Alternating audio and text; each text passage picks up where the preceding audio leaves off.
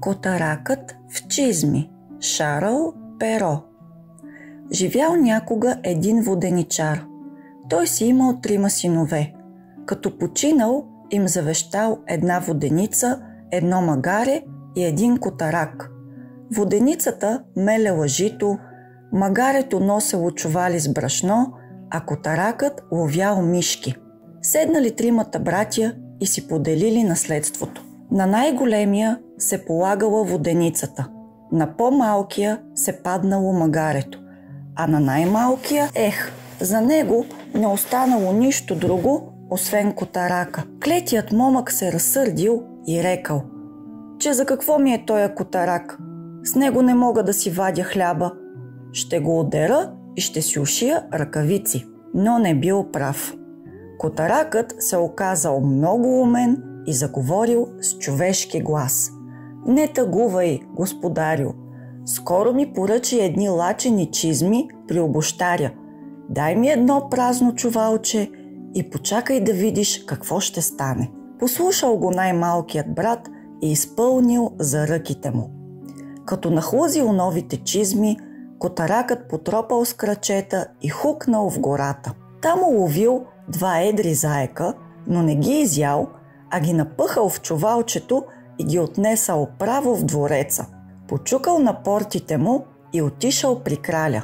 Ваше величество, викнал котаракът в чизми, като се поклонил до земята. Изпращаме господарят ми, благородният маркиз Дьокар Абас. Заръча ми да ви донеса този подарък. И още не доизрекал тези думи, той положил чувалчето в подножието на трона. Предай на господаря си, че му благодаря, отвърнал кралят, и че съм много доволен от неговия подарък.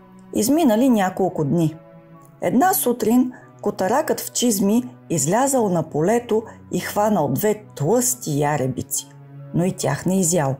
Напъхал ги в чувалчето и ги отнесъл в двореца. Ваше величество, изпращаме господарят ми, благородният маркиз Дьокар Абас, рекал умният котарак. Заръча ми да ви донеса този подарък. Кралят с радост приел яребиците и му предал сърдечни поздрави за маркиза. Изминали няколко месеца. Котаракът в чизми редовно носел в двореца кога заек, кога яребица.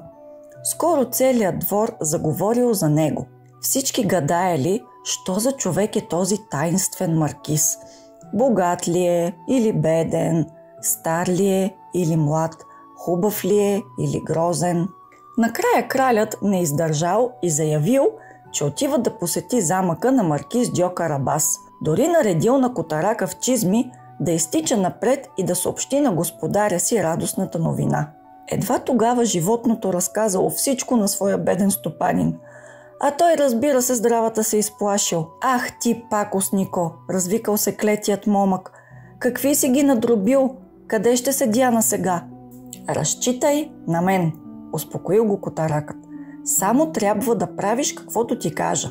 Потеглил кралят със своята карета, а до него седяла принцесата, която изгаряла от нетърпение да зърне маркиза. По пътя решили да спрат на реката. Тогава котаракът в чизми изтичал при стопанина си и рекал: бързо, бързо, събличай се и върви да плуваш. Момъкът се подчинил, а котаракът грабнал дрипавите му дрехи, скрил ги под един голям речен камък и се разкрещял: насам, насам, помогнете!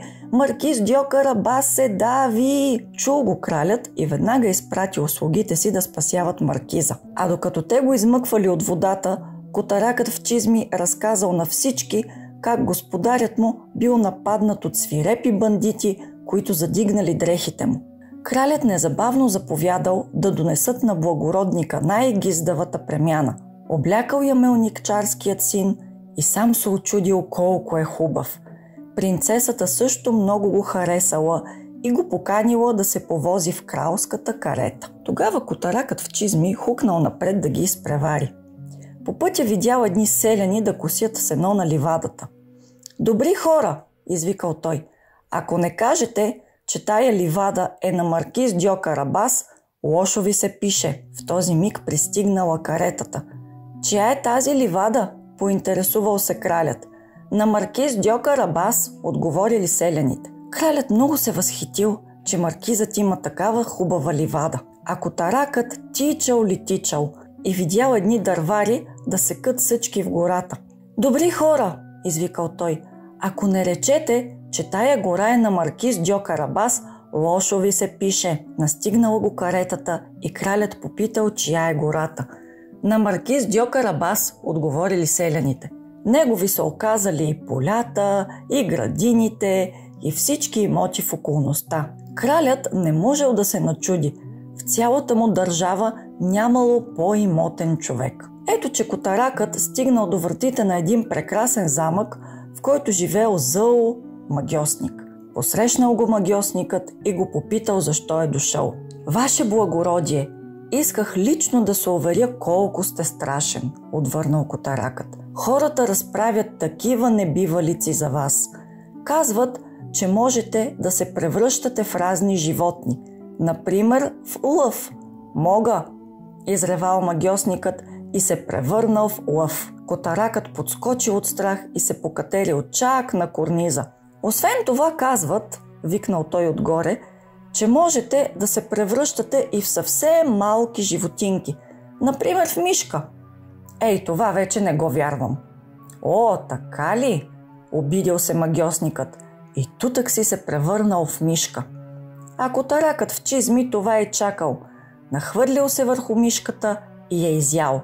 После хукнал да отвори портите на замъка, защото кралската карета тък му минавала покрай тях. Добре дошли в замъка на маркиз Дьокар Абас, изрекал той тържествено пред смаяния поглед на своя стопанин. Кралят бил впечатлен от богатството на маркиза и с радост му дал дъщеря си за жена. Младоженците заживели честито в двореца на магьосника, а котаракът в чизми станал знатен велможа.